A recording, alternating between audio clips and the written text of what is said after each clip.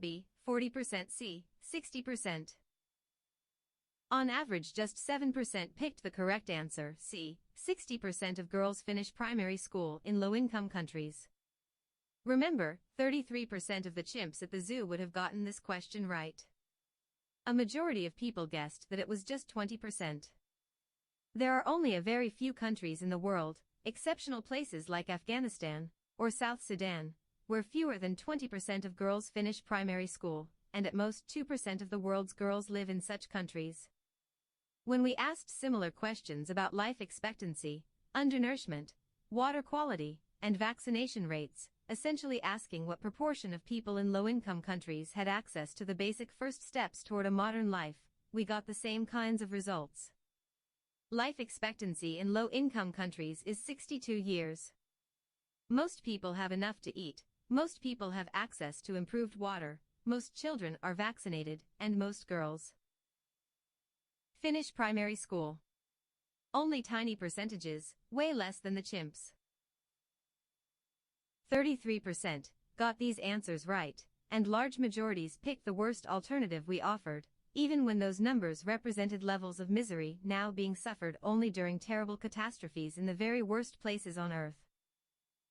Now let's close the trap and capture the misconception.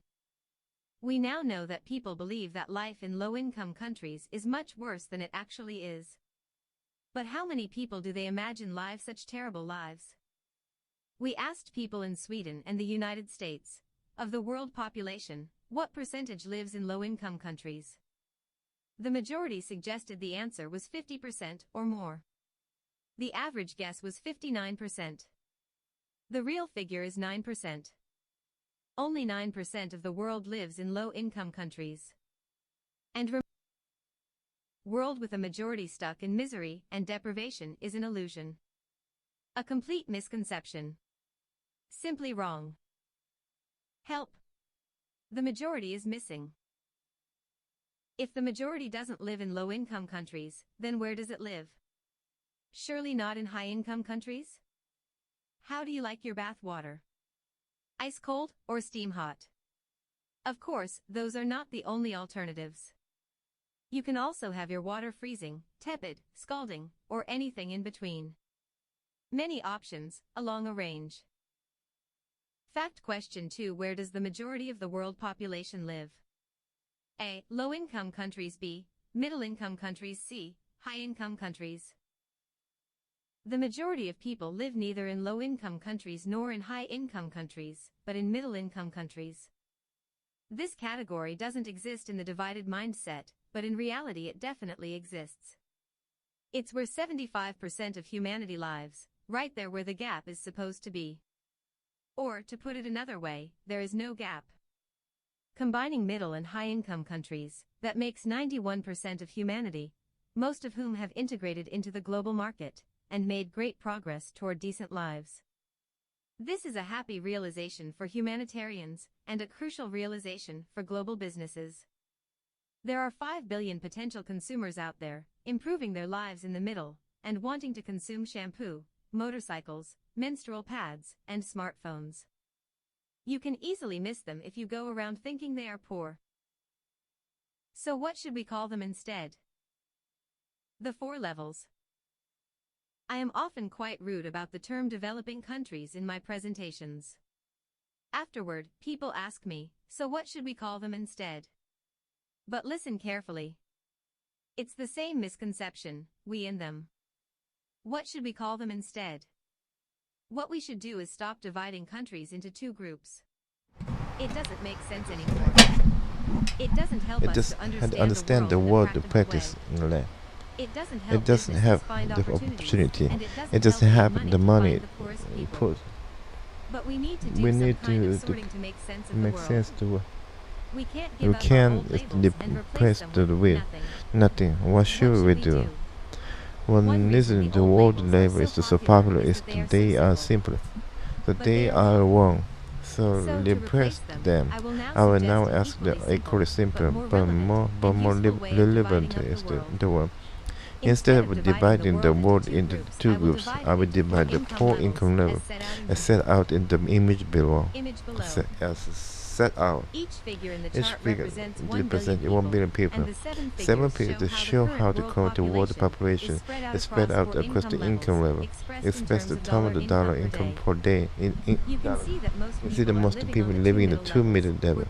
Most of their basic human needs met. Are you excited? You should be. Because the 4 income level are at the first, most important part of your new fact-based framework.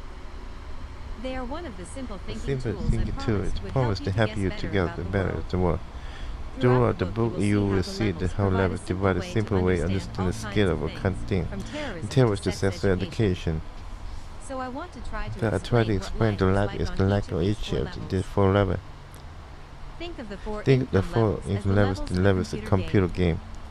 Everyone wants to move toward level 1, level 2, and upward toward level there.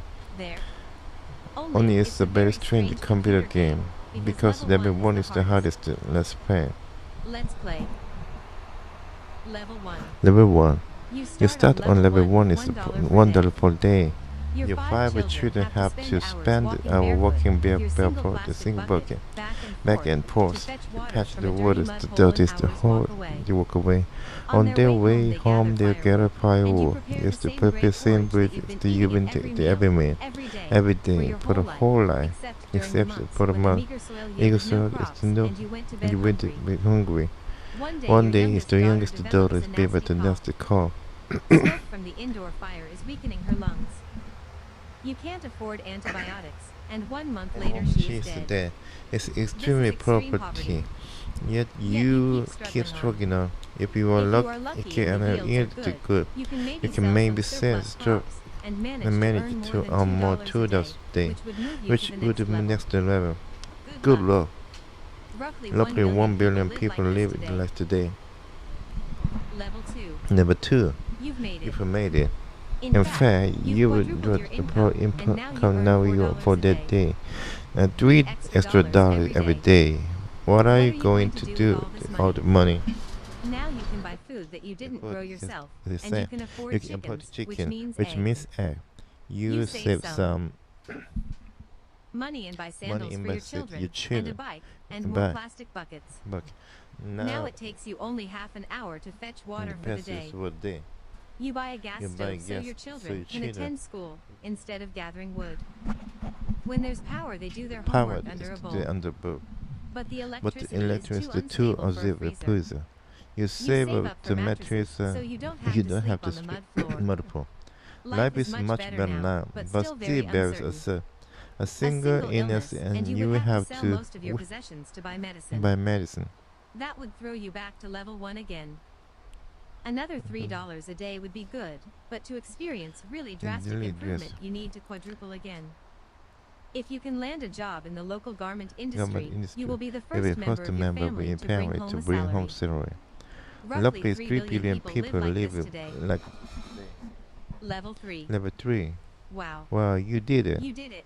You work multiple jobs, 16 hours a day, 7 days a week, and managed to quadruple your income again to $16 a day.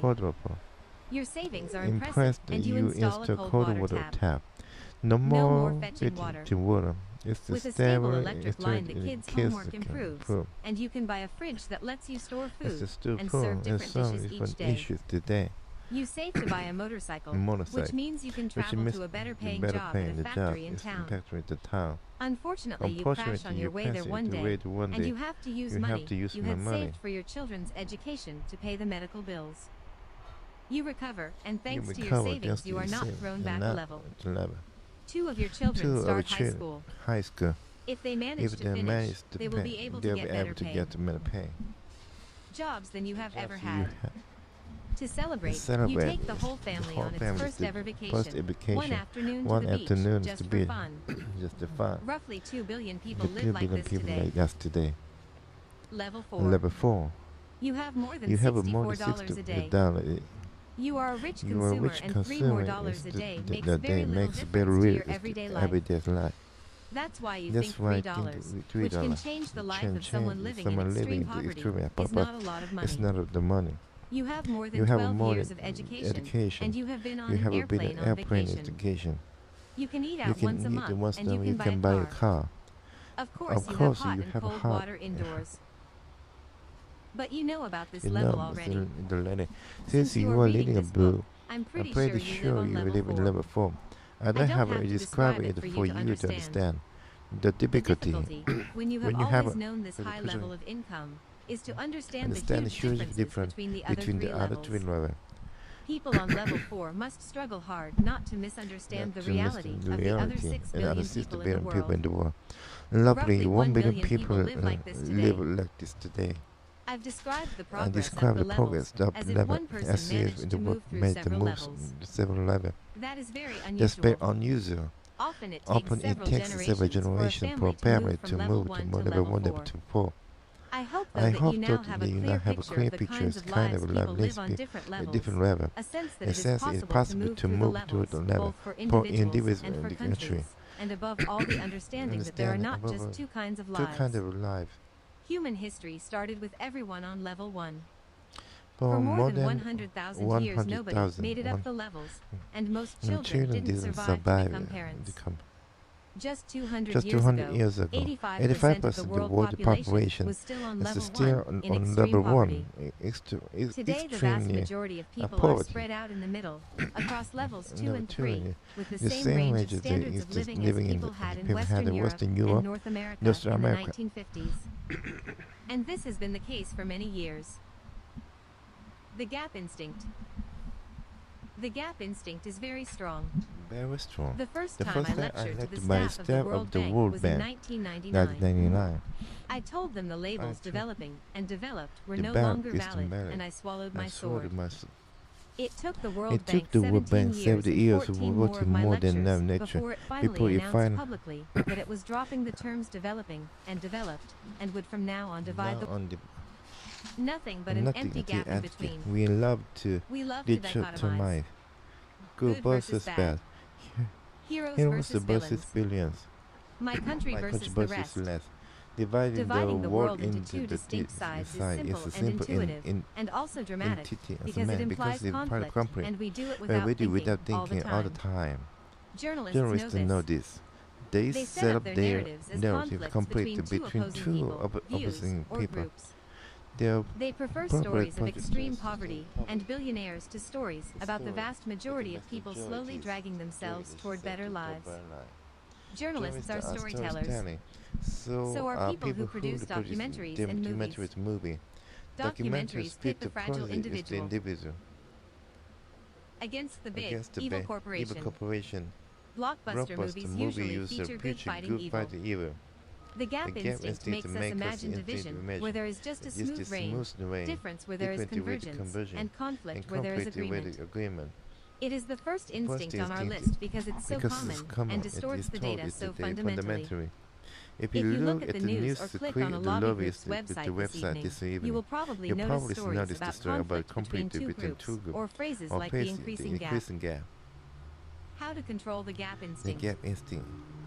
There are 3 common warning signs that someone might be telling you, or you might be telling yourself, an overdramatic gap story and triggering your gap instinct. Let's call them comparisons of averages, comparisons of extremes, and the view from up here. Comparisons of averages. All you averages out there, please do not take offense at what I am about to say. I love averages. They are a quick way to convey information. They often tell us something useful, and modern society couldn't function without them. Nor could this book. There will be many averages in this book. But any simplification of information may also be misleading, and averages are no exception. Average misread by highly spread a range of different numbers different in a single number. When we compare two averages, miss ourselves even more focusing on the gap between those two single numbers. The overlapping ranges the number. That is, we see gap there's not there. Look at the two unrelated graphs here, for example. The graph on the left The graph shows on the the gap left shows between the gap average between math the scores average of men math and score women of men taking with SAT SAT tests tests in the in the United US. States for every Every year year since since 1965. 1965, the The graph graph on on the the right right shows shows the the gap gap between the average income of people income of living people in who live in Mexico Mexico and and the in the United USA. States. Look at the Look at huge huge differences difference between the two lines in each graph. Men Men versus versus women. women. United States versus Mexico. This These graph graphs seem seems to to show show that that men are men better are at math better than than women, the and women. that people The living in people the living in the United US States state have a higher higher income income than than Mexicans. Mexico. And in a In a sense, this sense of the is true. truth, It is is what what the the numbers say. say, but But in in what what sense? sense? To To what what extent? extent? Are Are all men better all than women? the women? Are all Are U.S. US citizens richer citizens than all richer than a Mexicans? Mexican? Let's get a Let's better get a sense of better the sense of reality the reality behind the behind the numbers. number. First, let's change the scale on the vertical axis. Using the Using the same same numbers, number, we now we get a now very get a better different impression. impression. Now Now the the gap gap seems seems almost almost. gone. Now let's look at the same data in a third way. Third way, Instead of instead looking of at the averages each year, let's look at the range look of at the math ranges, scores the or incomes income. in one particular year. Now we get a sense of all the All individuals who were individuals bundled who into the bundle average average number. number. Look, Look, there is there is an almost a complete overlap between between the men men and with women's women math math scores. score. The Majorities majority of the women have a male twin, of twin, a man with the same math math scores they do. When When it comes to income, Mexico and United States, overlap is there, but it's only partial. What is What is clear though, looking at the looking data at the data way, today, is that the two groups of people, men men and women, Mexicans, and people living in the United States, are not separate at all. They overlap. There's no gap.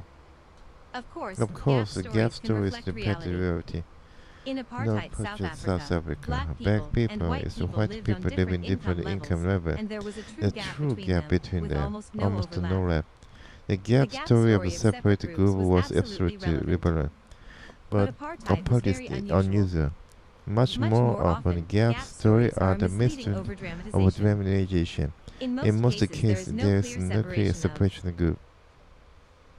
Two groups, even if it seems Even like that from the averages, we almost always get two a more accurate picture by digging a little deeper and looking not just at the averages, but at the spread, not just the group all bundled together, but the individuals.